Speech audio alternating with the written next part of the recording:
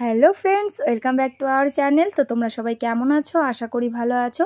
তো আজকে সকাল সকাল ঘুম থেকে উঠে গেছি আর সবাই একসাথেই উঠেছি।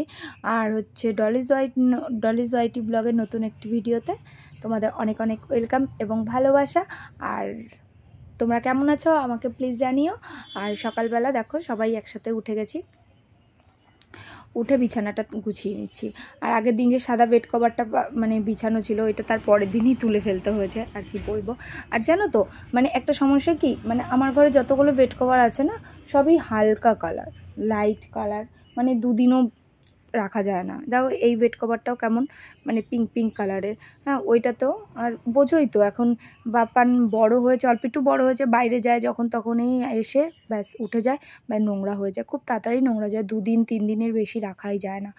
তারপরেও কি করব, তাও এগুলো আছে। এরপর থেকে ভাবছি যে বেড কভার কিনলে তোমার ডার্ক কালার মানে অল্প একটু ডিপ কালারের কিনবো, যেন 2-3 দিন রাখা যায়। কারণ আমার শরীরটা সেরকম ভালো থাকে না, আমার শরীরটা না মানে ব্যথা হয়, আমার হাতে পায়ে ব্যথা প্রায় 3 বছর ধরে এই সমস্যা হয়ে যাচ্ছে। মাঝখানে জানো তো 6-7 মাস অল্প একটু ভালো ছিলাম, তারপরে আবার শুরু হয়েছে ব্যথা।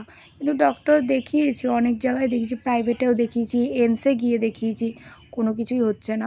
অনেক পরীক্ষা করেছি, পরীক্ষা রিপোর্টে এসছে। তো লাস্টে গেছিলাম পিজিতে। পিজিতে গিয়ে দেখিয়েছি।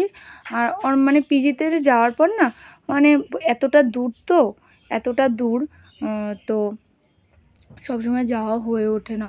তারপরেও গেছি কয়েকবার, ভালোই গেছি। তারপরে মানে পরীক্ষা দিয়েছিল, তারপরে আর যাইনি, ওই পরীক্ষা করিনি। এবার ভাবছি যে মানে ইয়ে করব, মা বাংলাদেশ গেছে, মা বাংলাদেশ থেকে আসার পরে যে শুরু করব, আবার প্রথম থেকে শুরু করব দেখানো, দেখিয়ে তারপরে মানে প্রথম থেকে দেখানো শুরু করব, আর বন্ধ করব না, মিস করব না। আর বলো তো কি, মানে এই হাতে ব্যথা, এই পায়ে ব্যথা, এই যে আজকে আমি তোমাদের এই ভিডিওটাতে ভয়েস ওভার দিচ্ছি, তো আমার বাঁ হাত আর ডান পা মারাত্মক ব্যথা, মানে ভীষণ ব্যথা, মানে আমি মানে পা ফেলতে পারি না। যে রাত্রেবেলা কি হয়েছে, রাত্রেবেলা আমি সন্ধ্যা থেকেই না ব্যথা, আর বাঁ হাতে 2 দিন ধরেই ব্যথা। তারপরে প্যারাসিটামল খেয়েছিলাম, ব্যথার ওষুধটা খেতে চাই না সহজে, মানে তারপরও জানোই তো ব্যথার ওষুধ খেলে কতটা ক্ষতি শরীরের।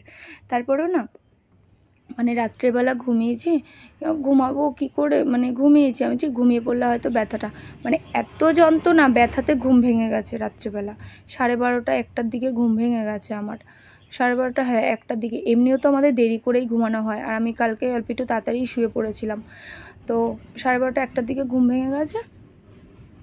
আমি আর মানে ঘুম আসছে না ব্যথায়, এই করে করে শুয়ে রয়েছে। আমি যে ব্যথার ওষুধটা খাবো না, লাস্টে 3টে বাজে, 3টের দিকে উঠে আমি ব্যথার ওষুধ খেয়েছি। এই জিরোডল আনা আছে, ওই জিরোডল রেখে দিই, মানে যখন আর পারি না সহ্য করতে তখন আমি এই ব্যথার ওষুধটা খেয়ে নিই।